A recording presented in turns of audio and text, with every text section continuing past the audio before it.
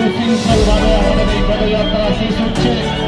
যারা এসে উপস্থিত হয়েছি সামনে সারিতে আসার জন্য আমাদের প্রিয় বিধায়ক রামেন্দ্র সুন্দরম মহাশয়কে আমরা আহ্বান জানাচ্ছি। যে ডাক্তারবাবু জয়দেব করে মহাশয় ওনাকে আমাদের মঞ্চের সামনে আসার জন্য অনুরোধ করছি।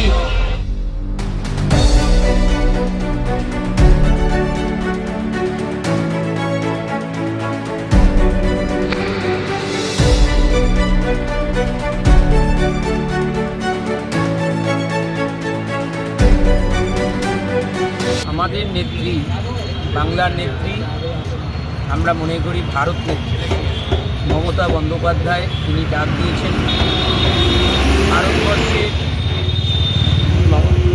বীর সেনাদের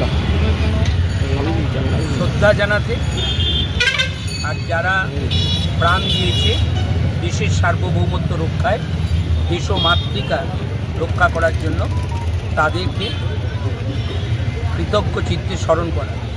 তাই গতকাল এবং আজ গোটা বাংলা প্রত্যেকটা জায়গায় মানুষ কত নেবে, কারণ বাংলার মা ডাক দিয়েছে। সেই গতকাল আমরা ধনেখালিতে করেছি, আজকে তারকেশ্বরে করলাম। আপনারা দেখছেন হাজার হাজার মানুষ পথে নেবে বীর সেনাদের প্রতি তাদের শ্রদ্ধা সমর্থন এই বার্তা দিচ্ছে। আর যারা দেশ মাতৃকার সার্বভৌমত্ব রক্ষা করার জন্য, দেশ ও মাতৃকাকে রক্ষা করার জন্য প্রাণ দিয়েছে, তাদেরকে দীপ জ্বালিয়ে পুষ্পার্ঘ নিবেদন করে শ্রদ্ধাঞ্জলি জানিয়েছে এবং এই বার্তা দিয়েছে যে সমস্ত সেনাবাহিনী, তোমরা ৩৬৫ দিন যেভাবে অতন্ত্র প্রহরীর মতো এই দেশের সার্বভৌমত্ব এবং এই দেশ মাতৃকাকে রক্ষা করে চলেছ, আমরা ৪০ কোটি ভারতবাসী তোমাদের পাশে আছি, তোমার পরিবারের সাথে আছি, তোমরা আগিয়ে চলো, আমরা তোমাদের সাথে আছি। সেই বার্তা আজকে তারকেশ্বরের বুকে সমস্ত মানুষ দিয়েছে।